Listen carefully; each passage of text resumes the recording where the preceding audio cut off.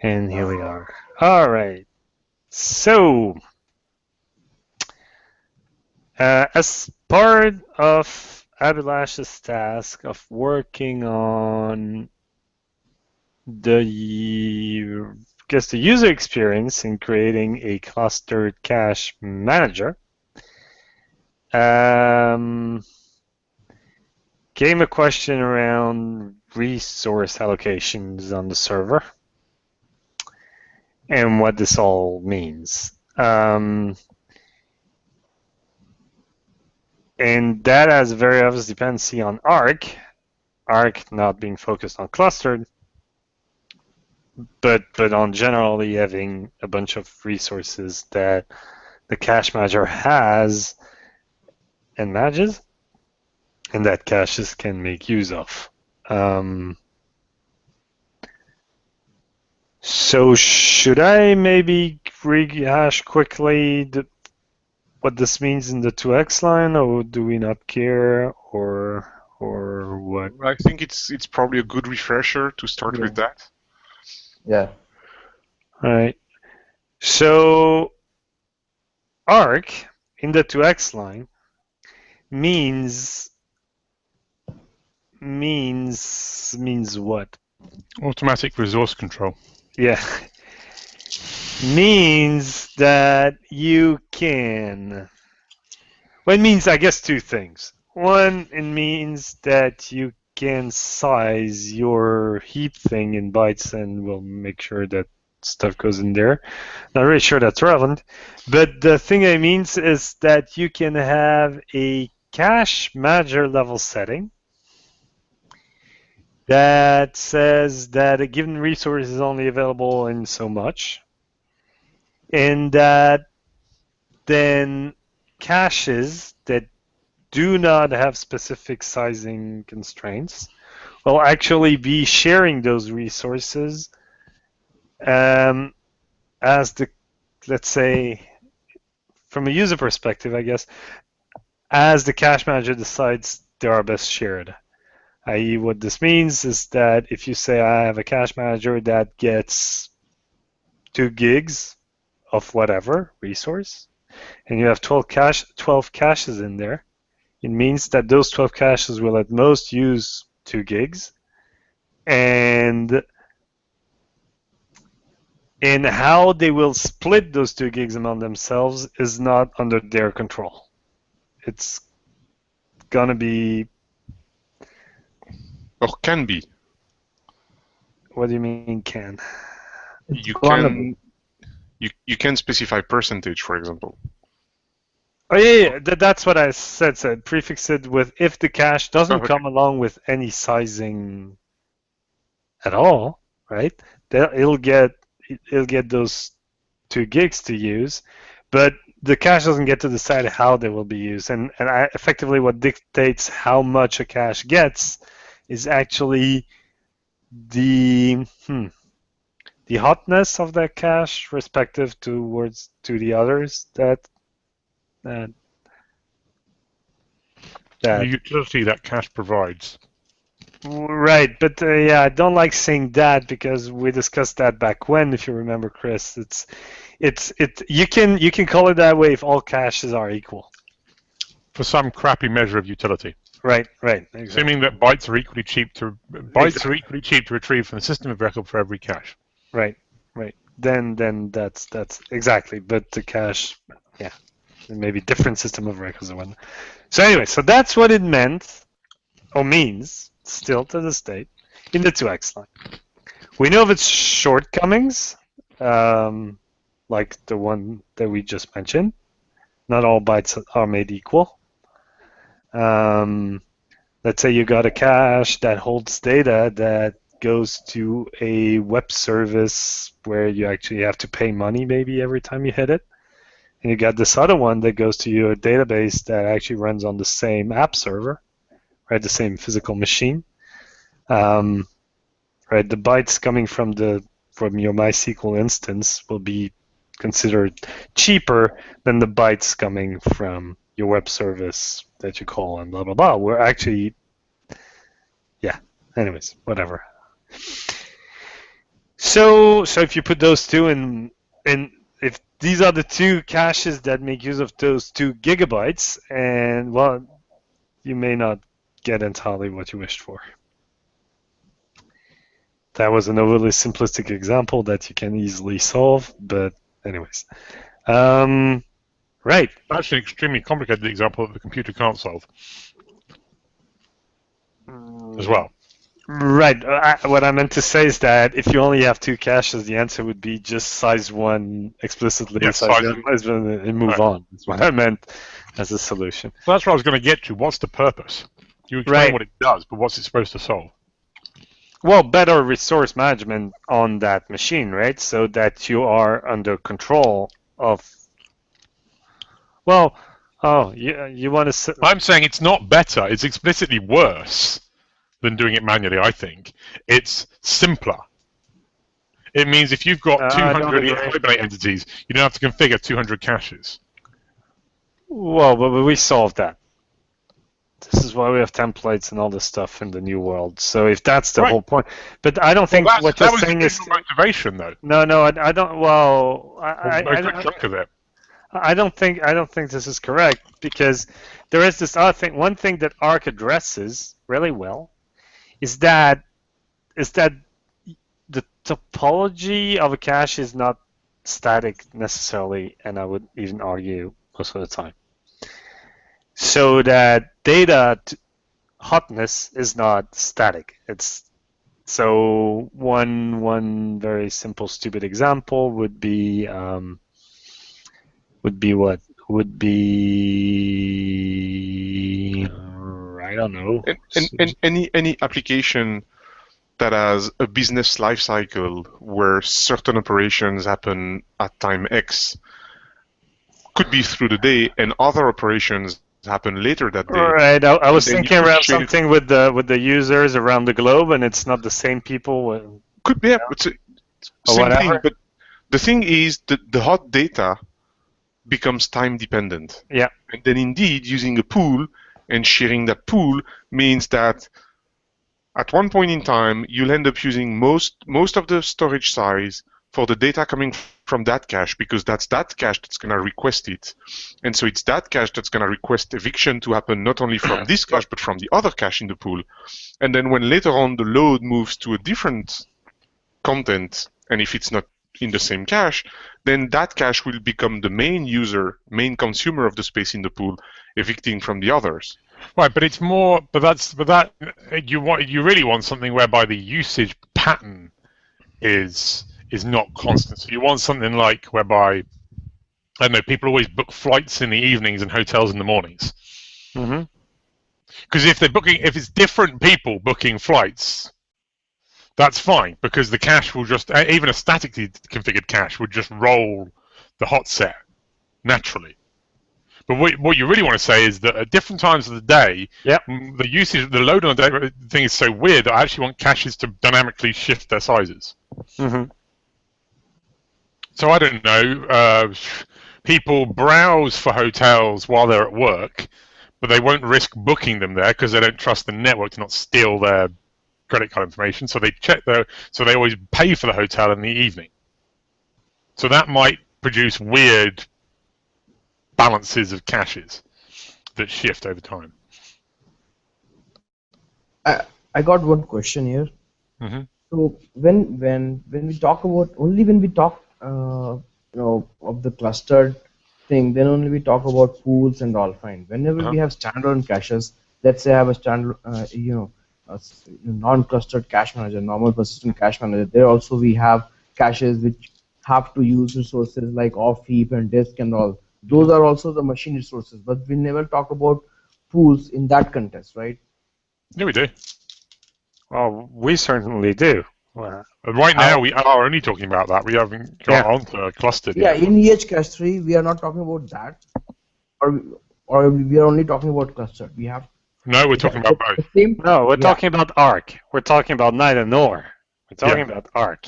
So it's on the both ends, whether it's Yes. standalone, whether it's clustered. It has to be, addressed at both the places, right?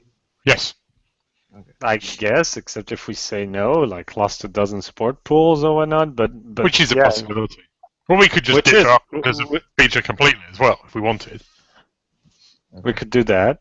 I'm not suggesting we do that, but No, I'm not. that's why I was trying to dig back to what is the use case here? What is it we're trying to? Well, fix? there is the easiness, the easy aspect of it, right? Because this whole story of sizing your cache in element counts, which is kind of neat from an implementation perspective, from a user perspective, is actually totally useless, right? You're not even supposed to know what goes in a Hibernate second level cache per se, right? Actually, this is becoming a reality as of very now, by the way. Right. Sane has done work in order that the cache key now can be any object, and actually the cache provider is the one that creates the object based on but based on the same info as before. But what the Right. representation is, right? If you decide, oh, I can pack this in 4 bytes and I'm do good, that. be my guest and do it. If it works for the cat, awesome. But see now, if you want to size your thing in Element, in Element, how do you do, right? You know, you have so much headroom. Let's say I don't know 1 gig in your JVM that you can use for caching. So how many elements is that? And you don't know. So that's crappy. And all the rest, like, so that's one aspect. But then that aspect, I think you can extend it to more, right? Okay, so I got 1 gig, and I got all those entities. Where do I put them? And the access pattern there is interesting because in the case of Hibernate, right, depending on what needs to be navigated, what gets navigated, and so forth, will result in different caches being hot or cold, right? So you can easily imagine, right, the exact example that you took, right? If they're using Hibernate and they're doing this whole, I know, searching for flights during the day and booking them at night, you'll end up with very different workloads during those 2 periods of the day. So how do you size your caches, right? So that's what Arc is all about, making it easier. Yeah, easier. More intelligent in this sense, right? It's Right, more intelligent. intelligent, and as we said, there is a pattern that is interesting because we do all agree that Arc doesn't come for free, right? So you don't want to do this, so the computer will do it for you all the time. This isn't free, but it's not necessarily a big problem in the sense that we can totally make it so that you use that, you monitor your system, you can always know the sizes of things, right, of caches, because, well, I'm talking to Xline. 2x knows, right? A pool knows how caches are making use of it. So, so you can monitor all this. So you can roll your system out and then say, okay, now I see, and I get the best performance in those cases, and blah blah blah, and then you make those figures become hot figures instead of being arc driven, right? Okay, so we monitor using some APIs on the pool. So the user has to monitor that, and in that case, whatever you're suggesting, so in that case, he has to monitor the pattern, and then when he becomes comfortable, he can actually hard figure those things. Right. And He's like, okay, so that's kind of load. That's the kind of load that I'm targeting. I don't know what's best. I'm gonna trust the algorithm that the Ehcache engineers wrote, and I'm gonna let it balance crap out, right? Yeah, it's And kind then, of like all right, giving it's balanced. These are the figures, and I hardcode them in now, and that's what I'm targeting. So you can use it that way too, right? So I really think it's a valuable feature, and I know it is. I just want to figure out sort of.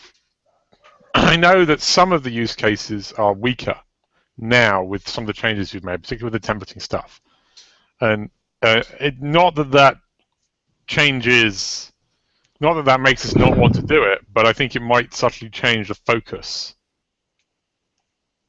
Yeah, maybe. And also, there are other things that around scoping and stuff in the pools that previously it would have looked weird and overcomplicated in Arc into X, and we But rejected. why? But why introducing templates is will pose a problem? What use case we are It discussing? doesn't pose a problem. It's solved. It's not unrelated. So the whole Okay. problem of you've got a million Hibernate entities, right? Some people, Mhm. but previously, people didn't like the fact that you either had to specify a default cache, right, or you had to specify every cache individually, and there was no way of like balancing or anything. But now Mhm. you have the possibility of providing templates and inheriting and all this kind of thing that makes it simpler to handle configuring large numbers of caches, which might have various parts of the config in common and various parts not in common. Right. I mean, no way saying that this changes it, but I think there's a whole bunch of things in 3, and it's a different product. So the Arc design, I think, potentially could look very different. Maybe not at an implementation layer, but at an API level, I think it could look very different. Right. And One yeah. Yeah, one thing I was thinking that maybe Arc can be a feature which is like should be it should be a user's call whether he wants to enable that or he just wants to hard code the value and Yes. keep it very simple. Or in some cases, yeah, I want Arc to help me out there. Yeah, and that's the way it always has been. And we've always been upfront, I think, about the fact that, I think we have been, that the Arc is a trade off. It gives you a bunch of help and makes things simpler for you, but at the same time, there's a performance cost to be paid there. So Arc will help user to profile the size of the caches based on the pattern, right? That's what Arc will do. Anything else would it do? No. Depends what you consider Arc to be. Um, it came in at the same time as byte sizing, so it's kind of inherently linked to that. But I think here we probably want to. But this is why I think it's bad to say Arc all the time, because at least to a bunch of us that makes us automatically think of the API as it existed before. What's the problem we're trying to solve? Is it the problem of caches sharing resources? Is Okay. it the problem of wanting to tune? Well, I guess that's kind of the same thing, isn't it? Right. To me, it's the same thing. That's exactly what you said. It's the caches sharing resources, and those resources Can be anything. are auto-managed if you want, if that Yeah. makes any sense. Instead of it's that, right? It's those two things. Is instead of the cache managing its resources itself, it's actually making use of managed resources. Yeah. Yeah, I Right. understand. So in our case, what resources can we auto manage, or we can tell users that it can be auto managed. So one thing is clearly is the memory, which is like becomes on disk. So one is off heap, disk. These things can be auto managed, right? Are we even talking about threading and all those also in Arc? No. Or we're just talking about memory and disk, all the storage No, right. We're talking resources. about storage resources. Storage resources. Okay. Yeah. Which is heap, off heap, disk, And disk. cluster. Right. And those and cluster. Yeah. Spell it that way. Potentially that gets subdivided, but Yeah. So since you mentioned this word like pool, that's effectively how Arc works, right? It's there are pools that caches can make use of, but the way that it's not it's all implied in the 2x API. Right? There is no such thing as a pool exposed to the user per se. The closest thing that comes to it is the cache manager pool, which is the sizing that you give to the cache manager.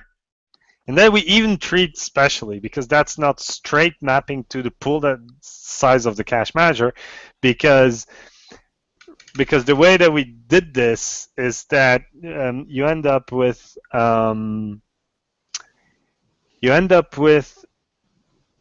saying I want my cache manager to use at most say 2 gigs, right? But then if you have two caches in there that each are configured to use 512, the cache manager pool is only going to be 1 gig. Does that make sense what I'm saying? Yeah. So it's not even a straight mapping to this shared pool. Now another way of doing this is actually saying that we let people define pools, really, and that instead of sizing a cache in a way, they actually reference the pool that this cache should use. And you can create as many pools as you want. You name the pools and you just say, all right, you use this, you use that, use this one, use this other one. Okay. So yeah, so in that case, like same cache manager can have multiple pools, and then caches, while configuring caches, we can tell, okay, fine, this cache should only use this pool, and so one pool can be maybe just used by one pool, one cache, or one pool can be shared amongst across caches, right? Right, and and again, it's a configuration not being static. It could totally be that a cache manager starts with a pool only being used by a single cache, but effectively later down the pipe, like some other caches come around. Yeah.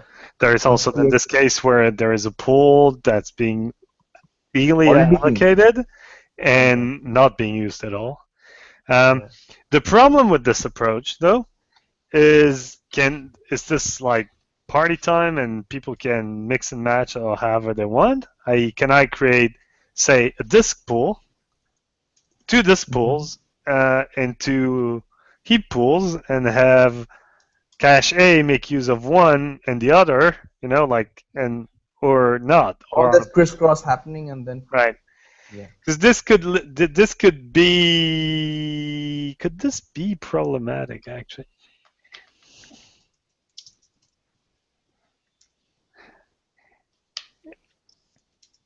And also, what does it mean to the Montreal design, right? Yeah, actually, I was thinking about the Montreal design. Because it could be that the authorities on a given cache looks completely idle, right? Yeah. Because everything that's really hot is on the higher on the caching tier. Yeah. And it could be that a caching in authority looks really odd only because its caching tier is badly sized. Yep. Right, but that's fine. Neither of those things are wrong. I don't know. I'm not in the situation that it's in. Right. I'm not saying it's. I'm just trying to picture things. Yeah. So, the problem with that kind of flexibility to give to the user, so user will not be able to map the whole pyramid of tiering, may not be able to map, and with all that crisscross, like this cache shares this heap pool and this cache shares that authoritative pool, and then finally messing up with the actual benefit which it will get from the model design, right?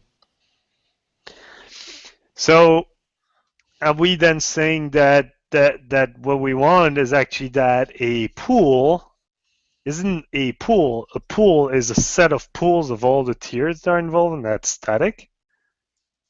So you say cache foo uses bar, and bar actually is comprised of that a pool is tiered, effectively, is what I'm saying.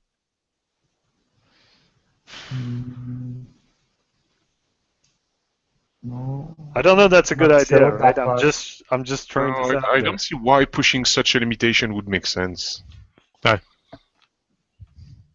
No, the problem would be that, let's say it's a normal off heap, fine, and in the off heap there are two caches, fine. One of the caches authority, both have, let's say, 5 GB of authority, fine. But at the heap size, let's say user configures a pool of 2 GB, but the hot set required for one of the cache was supposed to be more than should have taken more share than the other cache in the same heap pool, then it would create problem for that cache, right? Yeah, but okay, and how do you want to solve that? for me, that's misconfiguration. You've configured your system once, you did not realize that's correct, and you've Yeah, let it's a it go. misconfiguration, but it's also confusing for the user to understand the whole tiering model just to configure a cache, right? So, or to Wait, consider that's Whoa, the the whoa, whole. tool. whoa, whoa! No, no, Yeah, that's the whole point of the cache. So it's hard. Like somebody that wants to tune this to perfection will have to understand the model. If you're not willing to understand the model, you will not be able to tune it. I guess what I said is just empirically true. Then what's the wrong with the current model what each cache tree is having? Like, just fixing the sizes of the caches. but just And thus, what, and what thus, and Alex explained, what Alex explained around Arc, yeah, the sharing. So saying I've got it's giving more flexibility to the system. It's enabling use cases that statically sized cache don't enable. It's offering dynamicity. Is the dynamicity for free? Is it ideal in all cases? Of course not. But it's a kind of dynamicity. yeah. So, but when we add dynamicity, we are actually taking control of some of the decisions which we shouldn't have done, right? Like decreasing the authority of some of the size. It may end up. So let's say there is an authoritative pool which is being shared across two caches. Fine, and let's say our dynamic algorithm decides that okay, fine, this is a more used cache right now. So it the ARC increases the capacity of that authoritative and evicts some of the elements which user was not expecting to be evicted from the other cache, from the authoritative. But it's doing the right thing. You've got to trust the algorithm. It's straw man. You're establishing a straw man. You're saying, oh well, the algorithm's obviously broken, so let me criticize it on that front. If it's the wrong thing to do, then that's a bug in our algorithm. We should fix it. But assuming that the algorithm is right, then it does the right thing. Okay. So the classic example, like Alex was saying, is you've got a Yeah, I understand that. Like, yeah, I would just. you share the authority, right? Say it's off heap, right, between two caches, and then you size manually the heap tier on both those caches, and one of them you make tiny, and one of them you make huge. Well, the ARC algorithm is going to look at the two caches and go, well, one of them is not getting, one of the authorities, one of the off heaps isn't getting hit at all, and the other one's getting hit all the time. I should swell the off heap on the one that's getting hit all the time and shrink it on the other one. Well, that's the right thing to do in order to optimize things. Now, yes, maybe we should warn when you configure an ARC managed tier with a non-ARC managed tier above it and say, you better make sure that we are constrained to using the size that you specify when you manually configured the caching tier here. If it's suboptimal, you'll get suboptimal cache performance because ARC can't adjust that for you. Also, I think it may be worthwhile to add a small caveat to what Chris said. I have said. I think we all said that. It's not proactively going to go decrease the size of a cache and make room available for possible things to come, right? Mm-hmm. It's going to make room. Effectively, what goes on is when you try to put something in, instead of evicting from itself, it's going to go evict from another. So it's not proactively kicking things out for making another thing bigger, so that when things come along, there is room for them. That's not how it works, right? The way that it works is you want to put something in, and it's like, oh crap, yes, but I'm capacity here. I'm going to kick things out. So when you warm such a system, it just first grows at the pace at which you put things in. And then when you're at capacity and you want to add things in there, this is where you could end up evicting something from elsewhere. Does that make sense? Yep. Yeah. I'm not sure whether this was required, this explanation, but this is why I really agree with Chris, right? It's like, hey, you want to add something to this cache, and we're full, right? But all the elements are being hit all the time.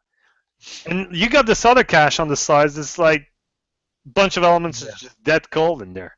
So it's gonna remove some of them, right? And that's the way that it works, right? So it's the ARC pool that decides from what cache it's gonna try to evict, because it may fail at doing that, and it's the cache that decides what it evicts. Right? So that remains the same. So whatever the algorithm that you have there for eviction is going to go and kick something out as if it was at capacity and wanted something added to it. Okay. And it can not evict, by the way. It's perfectly fine. It can say, nope, I didn't evict crap. And then the pool goes, okay, couldn't make room using you, I'm going to try somebody else. And it goes along the victims, and then at some point it just is, okay, couldn't, like the victim could be the thing that tries to add, and then if nothing works, then nothing works. I don't really remember what happens, but something happens.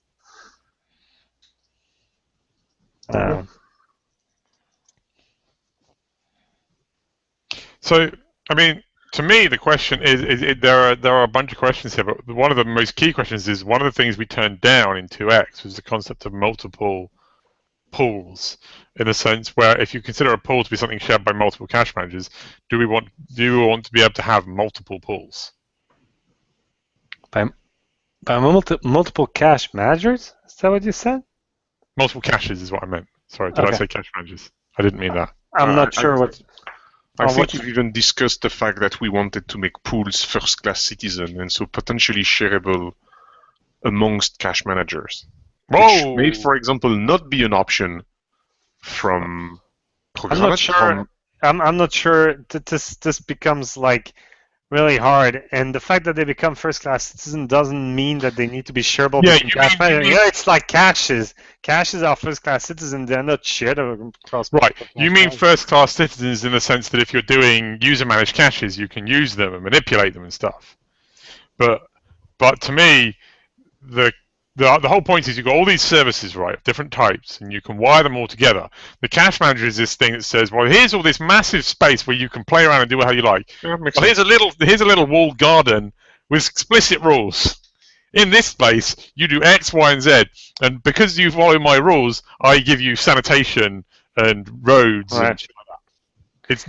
It's anarchy outside, and you can do what you like, but inside my cache manager, I rule with an iron fist. And when I say first-class citizen, what I actually mean is first-class citizen in terms of configuration, mainly.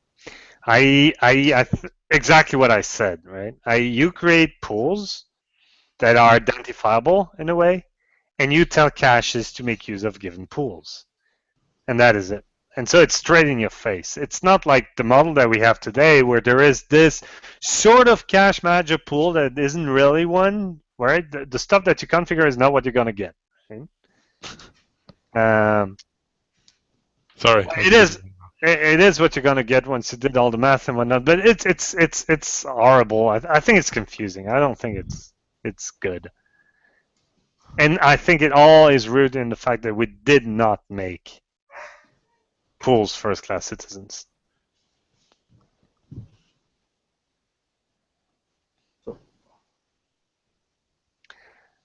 The other thing that I wondered is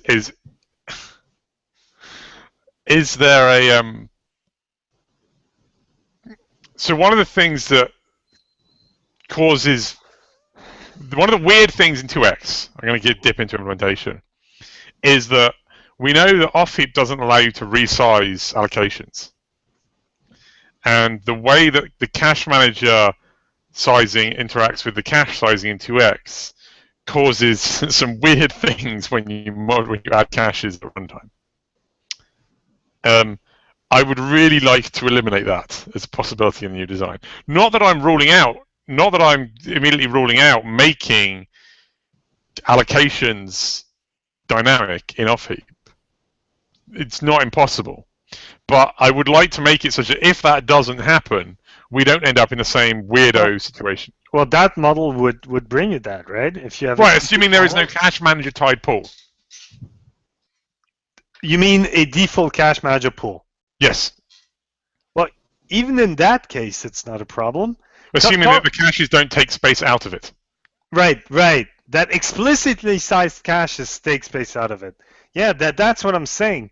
So effectively, you would have pools, and you say, all right, there is this pool that's of 2 gig. I guess Yep. I would allocate it up front, so it gets allocated.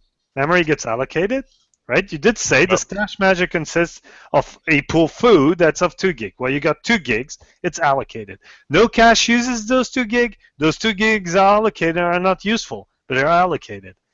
You add a cache that says I want 2 gigs of off heap. There you go. It goes and allocates 2 gigs of off heap, and you got a sum total of 4 gigs allocated, of which only 2 are used. And then some cache is being added that says make use of this pool. Then this cache makes use of this pool, and now your 4 gigs are actually useful, given that you have 4 gigs of data. Okay. Cool. That's what I'm proposing. And you can have 1 or you can have 12,000 if you think that's fun, right? I would ID them, and you reference them back from a cache and say make use of this one. Reference this one, yes. And, Cool. and since Avalanche is all about clustered and nothing else is important to his eyes because he just doesn't care about others. This is an SEP. This is an important principle. Exactly. All the rest is somebody else's problem.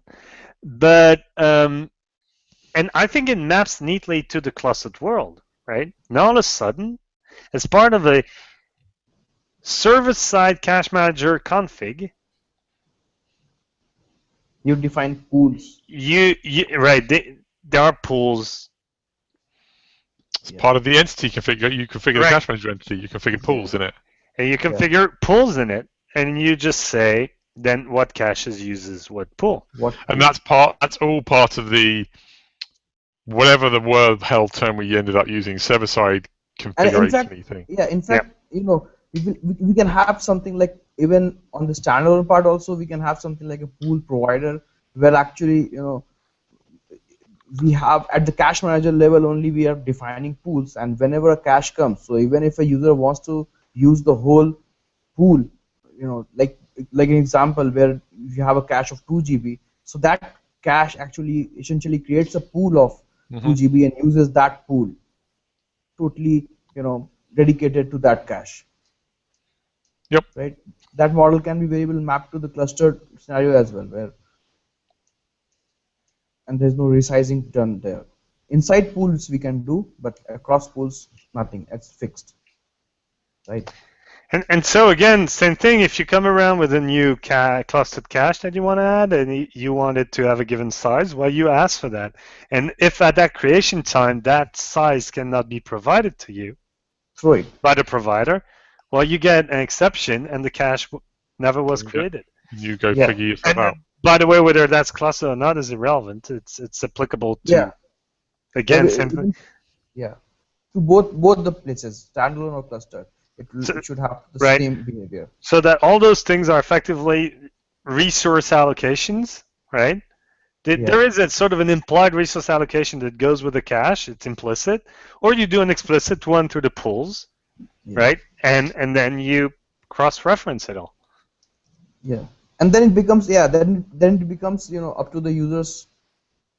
It becomes under the user's control, right? It can actually want to explicitly map one cache to one pool, or it can, in making an informed decision of actually making a pool to be shared across caches, right? Or all those decisions can be taken, right? So I think now the good news is that if only for clustered, it would be nice that you, not somebody else, your problem, comes up with a config proposal for all that.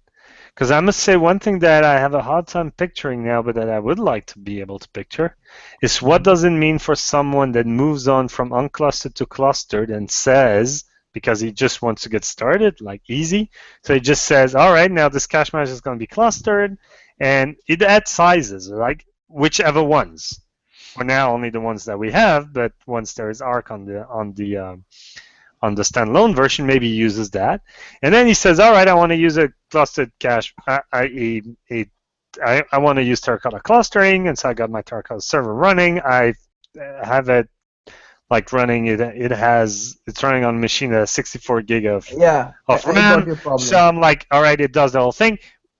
I just want to create a cache manager that says take 32 gigs out of there for me, and I don't really care how you manage this on the server, but effectively start making all the caches use this one pool, even though they may already have sizing stuff that are not ARC-based, and what does it mean, and what the behavior would be, and blah, blah, Okay, blah. I have one very basic question again. Mm-hmm. So how weird idea it is that can we have some kind of config Ehcache server-side entity config, which sits at the server, or is it a totally weird idea? We don't want to do that. No, wait a sec. That lives at. I'm not trying to. Everything you said is what I thought we had agreed we'd do. Now all of a sudden I realize it depends what the He semantic means is. embedding it inside No. the config. Embedding What it I mean- inside the TC config? Yeah, or No. having separate Ehcache XML sitting at the server side. No, nothing like that. It's totally. No. Really, no. That's what I wanted. The server. Let's be entirely. Let's say the question is not relevant. Is my real take on this. What I mean by this is the server needs to know about the config that relates to it. Where it sources it from, that shouldn't be an important part of this. Yeah, I understand that. One So I place just had from that which question. it needs to be able to source it is the client, right? Yeah. Just when you think about the scale continuum thing and whatnot. If it could be made so that there is a static bit of config that defines the server-side entities and their configuration that needs to be created when the server starts up for the first time, or that they need to be validated for existence if there is previous data exists, and so forth. I'm not saying I have anything against that per se, but I think other people in this company will have a problem with this in the sense that it's work that has never been planned for, that some people are already working hard. Okay, so it's. And you just made, by introducing that, I think you're just making up more work for them. So I think It's not me though, right? So it's not you, no. And it's Sweet. not Go me. ahead. So as far as I'm concerned, it's somebody else's problem. No, does that make sense what I'm saying? Because that's what it would mean, right? What you're asking for is a bit of config that the server knows how to interpret. Yeah. It goes, oh, shit, config, not mine. Okay, figure out what server-side entity understands that. Okay, it's this guy. I found a provider for that. Awesome. Cool. Now, oh, can we verify that it's all here and good? So you pass it to the entity. The entity needs probably to go in a state that doesn't exist yet. Make sure that all its state is coherent with the piece of config that's on disk. Validate. All right, we're good. Let's go. Moving on. Or no, it's not good. Then what we do? We crash. We stop the entire server. The server can't start up, or is only that entity not be made available? Or it comes with a bunch of additional concerns that I don't think anybody really wants to deal with. With having it on the client, pushed from the client, the server is up, is in a state, maybe could be a state from a previous session, that's perfectly fine. So there are those entities around, and then what comes up for Ehcache, it's effectively the client, if the entity is not there, it creates it using this config that the client knows about, right? All right, cool, entity created. If it's there, there needs to be a handshake going on between the client and the server that says, all right, well, that's all the lifecycle stuff that we said, right? Need to make sure that if the Yeah, I understand all that. So I just had this weird question. I know it's weird, but I just want to ask. it's not weird. So we could do it, but it shouldn't be relevant to the design here. And furthermore, I don't think we'll do it now because nobody has asked for that, and it just means more work. And we're good engineers, we're lazy, so we want to do less work. Well, not us. We're hardworking guys. we're really good engineers. It means we just do less work but get more done. Exactly. Because pushing buttons on this keyboard is really hard. Doing more with less. The good kind of slacking. Anyways, all right. So that was kind of too easy somehow. This means it's all wrong. So who's gonna work on that? Because now we got a sort of do. Well, don't know, but Arc isn't. No, yeah. That's not really what I'm trying to get at. Arc isn't on the to-do list. Yeah. Really? What? Right No, now, it's not. It's not currently prioritized. Yeah. Right, it's not even prioritized. So where should? Well, here's the question: where should we prioritize it before we decide who should do it? Well, that's wait. Understand what I meant with who's going to do it, because it's very obvious that Avalanche is going to do some of it now, right? Yeah. From the cluster perspective. No, I'm not joking. You're going to define stuff Yeah, I understand. I'm not. intrinsically arc from a clustering perspective, but I think that whatever you do should be like somebody that gets started with clustering and add use arc and standalone. It should just all right. I totally know what we're talking about. It should be totally transparent. At least at the conceptual level, should be very similar, whatever it's standalone or cluster. Right. So I have config even part? at the config level, I even have very strong opinions again.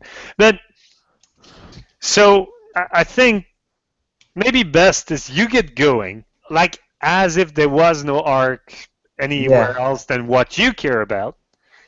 You make a proposal around that configuration bit, and then we see how we maybe together try to make it port it to the unclustered world. Even if only from a high level, right? Just to make sure that it aligns. And then when arc gets done, it'll get done in an aligned way with what you decided. Yeah.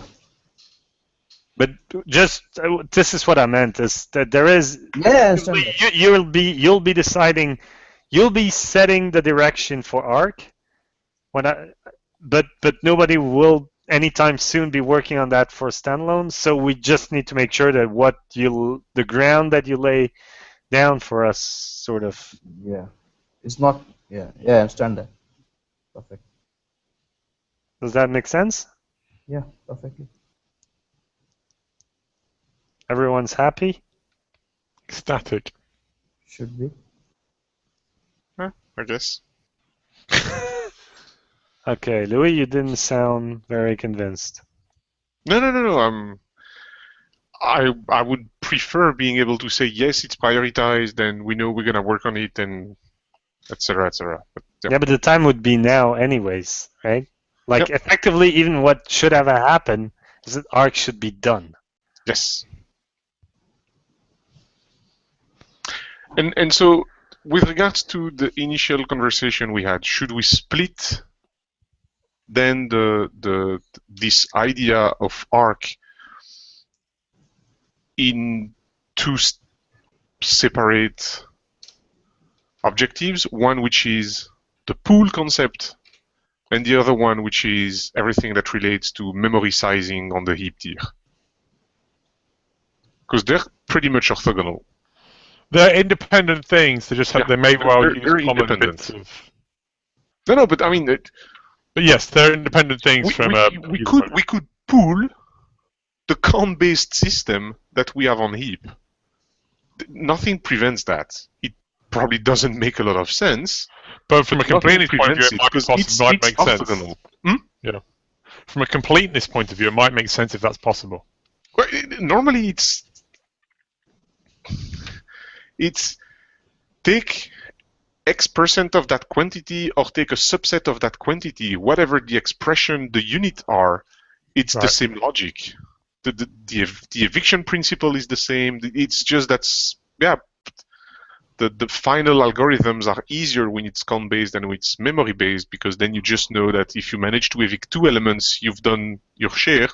While on the memory side, you may have to evict more of them because you manage to evict smaller ones compared to the large one you want to put in.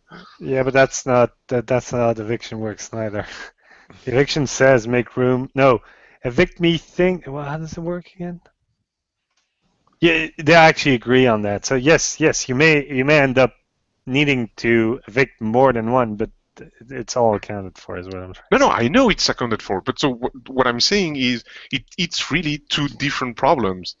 And so I think we should just address the pool problem, and that's why, for me, that's what needs to come out of what Abhilash is doing, is the pool problem. Yeah. And we can forget about, and when I say forget, I mean we can postpone memory sizing on heap.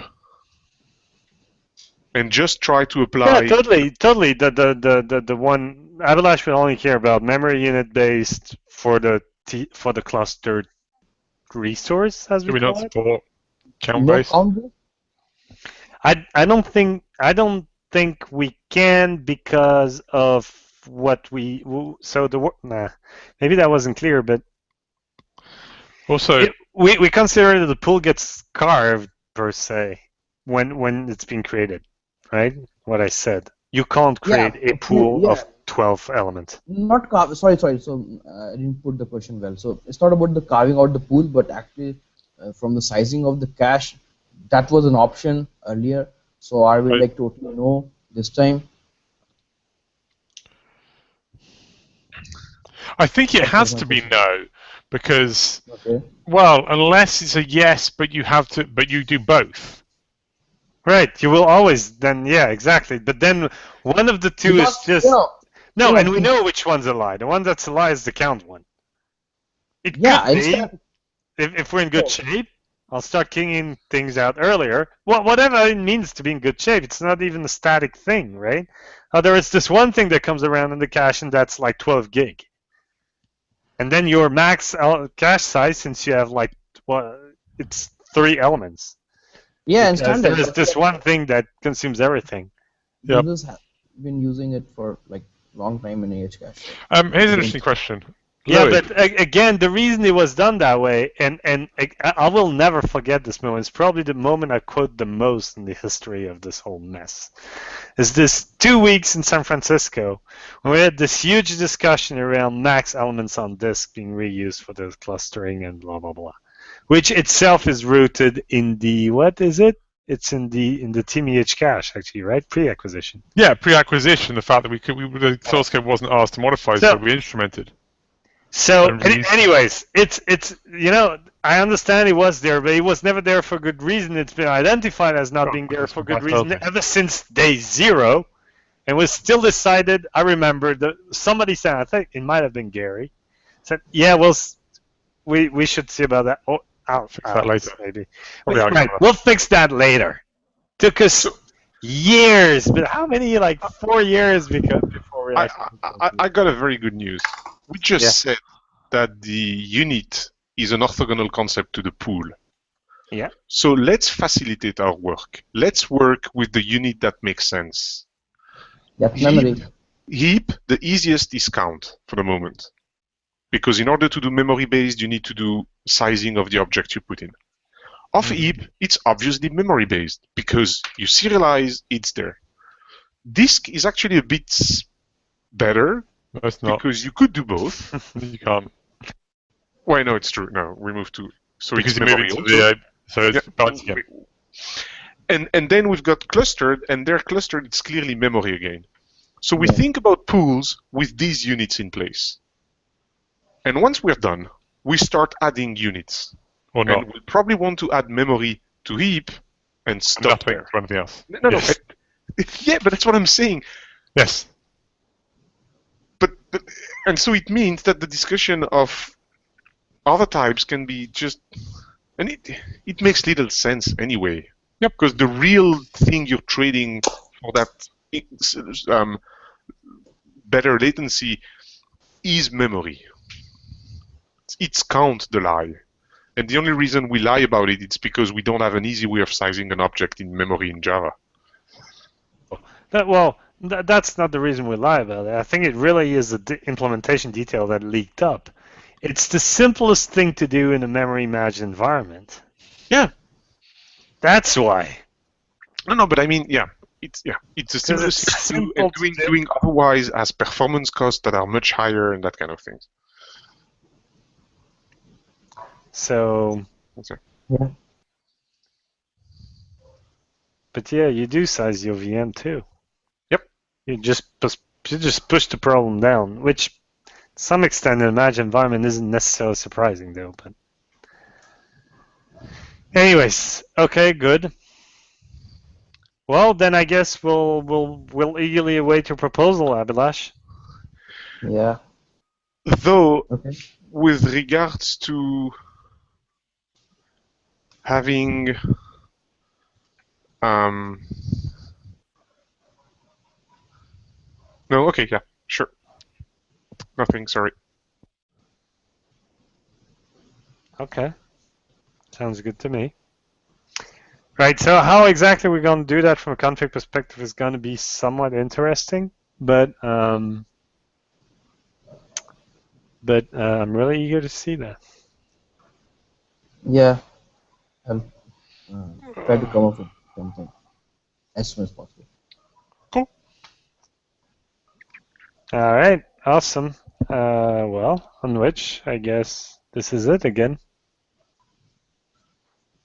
All is right with the world.